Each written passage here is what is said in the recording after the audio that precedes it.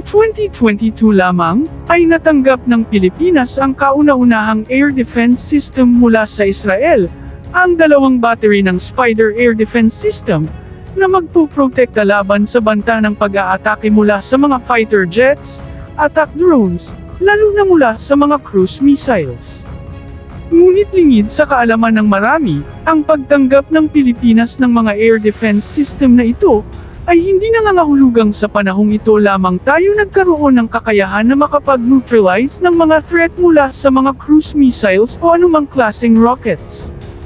Ang pag-deliver ng kauna-unahang FA-50 fighter jet noong 2015 ay siyang tunay na kauna-unahang pagbubukas ng cruise missiles interception capability ng ating Air Force.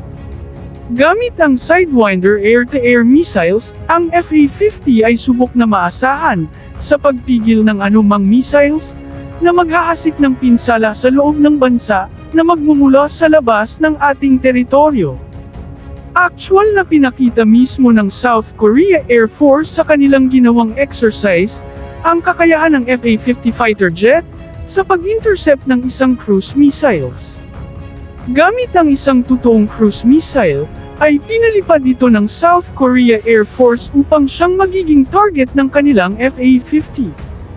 Agad itong na-detect ng kanilang air search radar at nag-deploy ng FA-50 fighter jets upang salubungin at ma-confirm na threat nga ito. Nang ma-confirm, walang pinalampas na oras ang FA-50, agad itong nagpakawala ng kanyang A9L Sidewinder air-to-air missiles papunta sa enemy cruise missile. Walang mintis na nataman ito, at agad na neutralize ang threat. Ang ganitong senaryo ay maaring mangyayari anumang oras sa ating bansa, lalo na ngayong mas agresibo na itong China laban sa atin, at sa kanilang seryosong intensyon na bawiin ang Taiwan sa pamamagitan ng paggamit ng military invasion.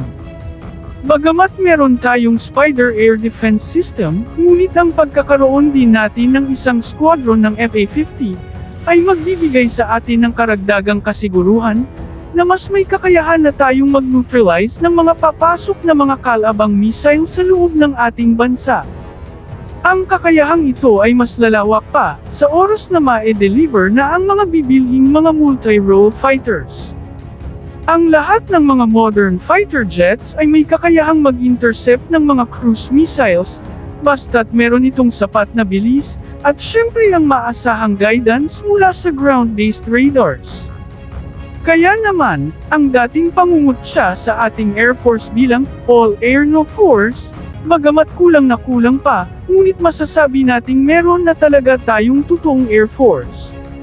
Ang pagbili ng mga multi-role fighters, delivery ng BrahMos anti-ship missiles, pagdating ng mga long-range patrol aircrafts at mga corvettes at patrol vessels, bagamat malayo pa sa binubuong beyond the territory power projection, ngunit masasabi natin ito na ang pinakapundasyon.